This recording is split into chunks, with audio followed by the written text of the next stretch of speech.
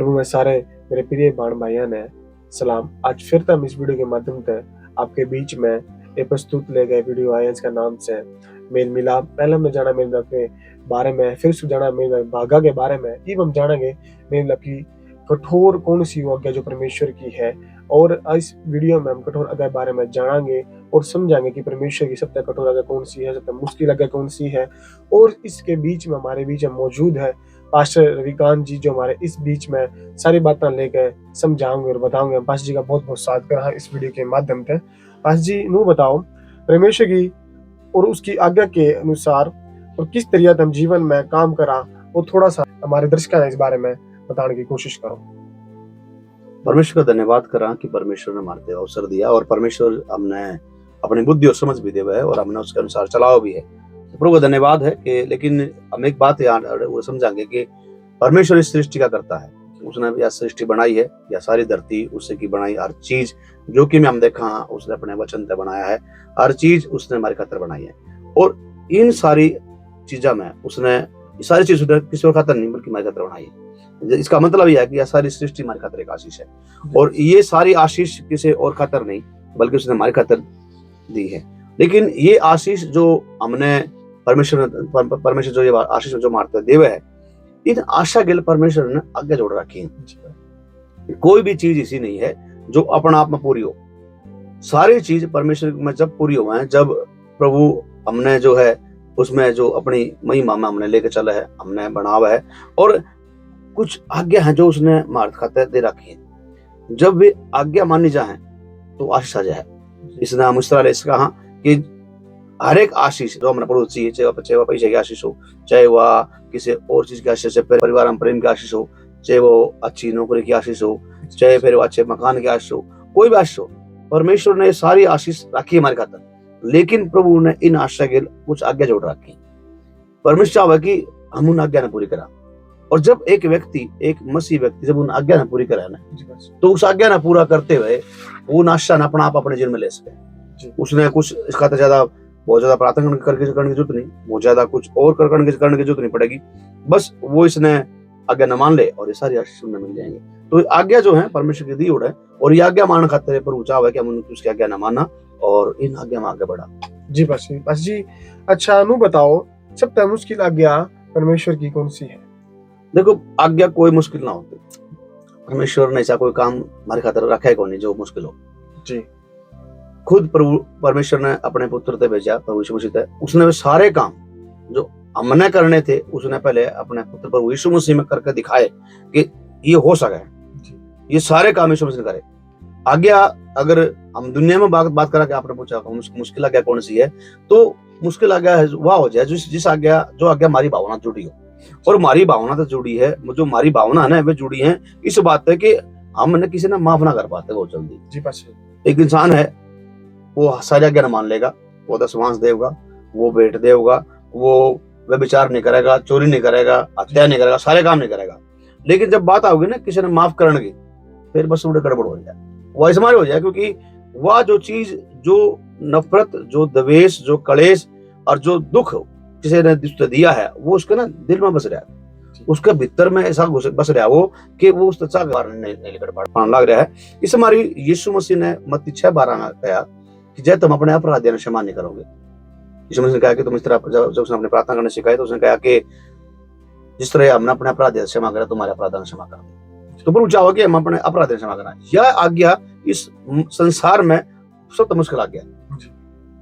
यह मुश्किल तब है जब इंसान का मन उस नफरत साला की बुराई तब है। बहुत साल हो गए और उन साल इतने साल में मन में कदे कोई प्रेम आया ही नहीं, कदे आपस में मिलने को कदे कुछ करिए नहीं किसी को कुछ गिला।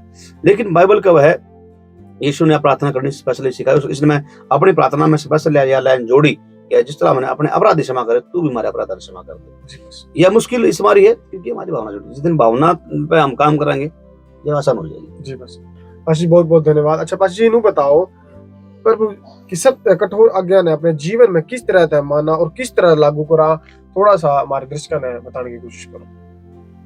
हम जो इस आज्ञा ने मान सका, बाइबल कहा कि सबसे पहले यीशु मसीह ने यह आज्ञा मान कर दिखाई, और उससे बढ़िया उदाहरण हमारे तरफ कोई नहीं है। यीशु मसीह ने जब जब यीशु प्रभु यीशु मसीह क्रूस पर था, तो यीशु मसीह ने कहा, हे पिता इन्हें माफ कर, क्योंकि ये नहीं जानते क्या करने लग रहे हैं।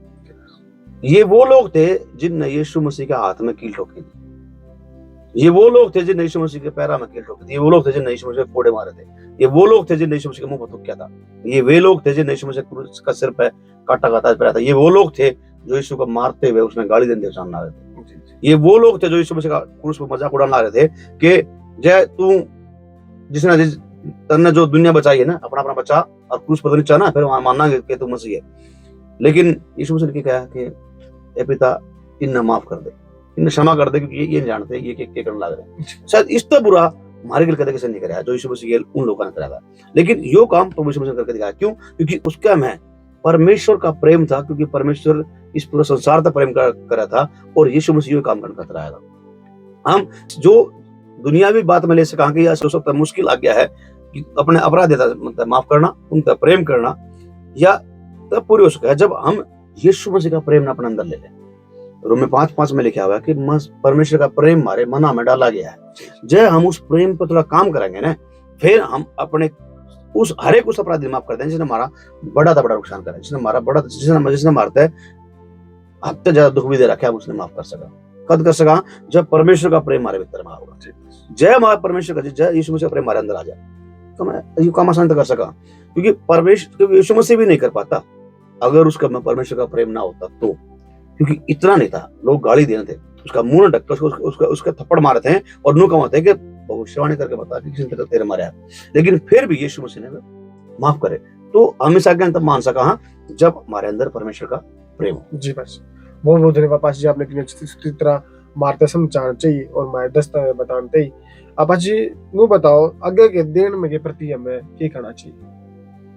हमने यह जो आज्ञा है, इसने या इस आज्ञा परमेश्वर का देने का जो मुख्य मकसद था वो है कि वो चाहता है कि सबके अंदर प्रेम हो। जी बस।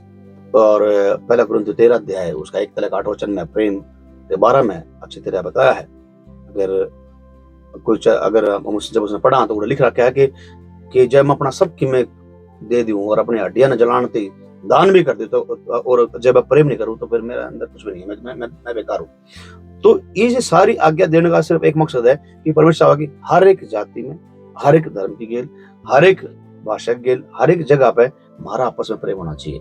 और इस प्रेम ने स्थापित करने खातर, इस प्रेम ने दृढ़ करने खातर और अपना प्रेम ने मारा में डालने खातर यीशु मसीह ने आज्ञा दी कि हमारे मन में किसी के प्रति नफरत नहीं होनी चाहिए और हम सब ने माफ कर दे। जब इसने ले आवा वहां परमेश्वर भी मन देख पावा। जी बस पाशी बहुत बहुत धन्यवाद। आप लगातार हमारे बीच में जुड़ रहे हो, दृष्टि न बता रहे हो, नई नई आज्ञा के अनुसार, नई नई बातें के अनुसार। मैं आपका बहुत बहुत धन्यवाद कर रहा हूँ। हमारे दर्शक भी आप देख कर बहुत प्रसन्न हो रहे हैं और लगातार आपकी वीडियो में बहुत ज्यादा प्यार दे रहे हैं। धन्यवाद करते हैं परमेश्वर का।